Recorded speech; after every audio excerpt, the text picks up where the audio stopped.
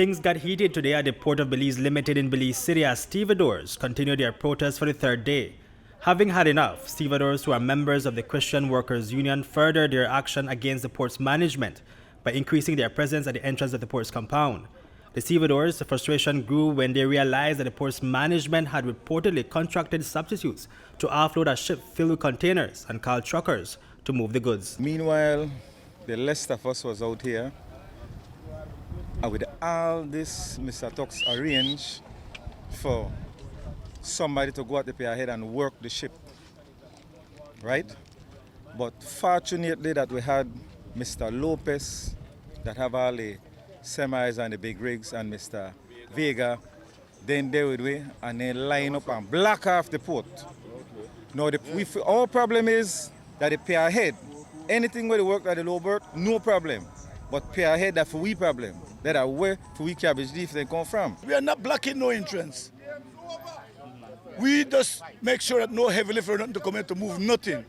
Anybody else have the small things to deal with, we'll let them in and out freely.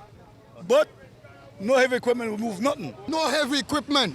No heavy equipment. That us vehicles coming to do their businesses. We are not stopping the business people right now, but no heavy equipment. Under the command of Inspector Aaron Gamboa's members of the Special Patrol Unit arrived at the scene. Inspector Gamboa spoke to CW President Evan Mosai to maintain order in the area. We are not trying to be disruptive. We are just trying to ensure that we are not undermined. So as you notice, we have no problem with the trucks going into the compound. We said that to the officers immediately. At every opportunity we have said to the officers, we have no intention of going onto the property. We have no intention of going into the offices. We have no intention of destroying anything. We have every commitment, full 100.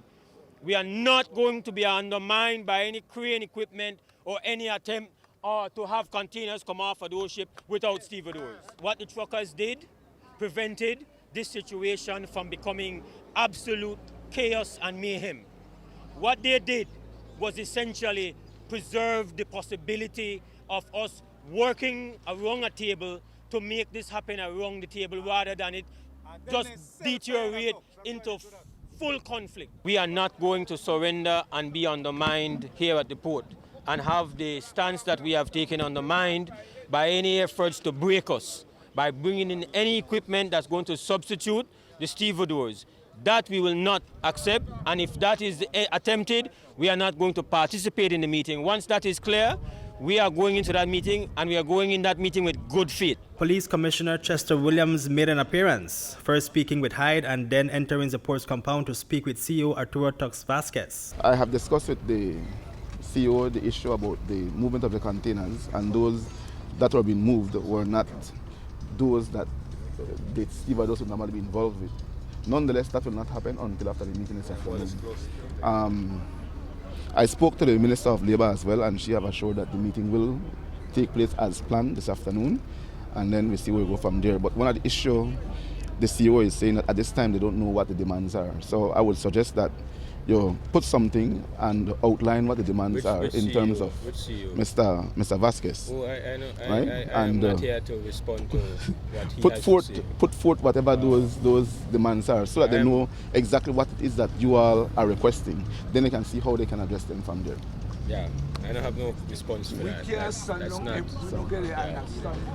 So that's just the position. That's why we're having a meeting at 1. There is an Essential Service Act which clearly states what are the process to be followed when it comes to situation like this.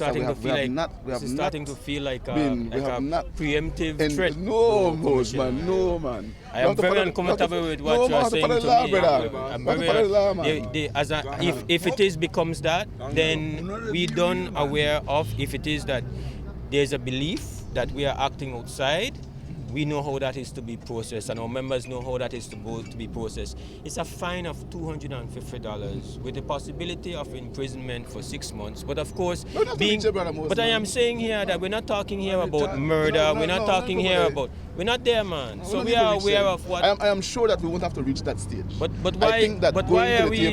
Going to the table this afternoon is a good thing. I would hope that. And then we see how it goes from there. I would hope that you would have said to the CEO that you should have respect a certain level of social consciousness for the well-being of 150 people, so that he should come to that meeting telling us exactly how he's going to remedy the fact that they are facing economic crisis. Well, he did said, but like I said, he's saying that he don't know what the issues are. Well, then he's so probably I am not hoping, watching the news. I am Then. hoping He's that not watching the news. I am hoping. And these stevedores have news for the port's management. They have had enough. We hope the best come out of the meeting, you know, because Mr. Vasquez is a wicked man.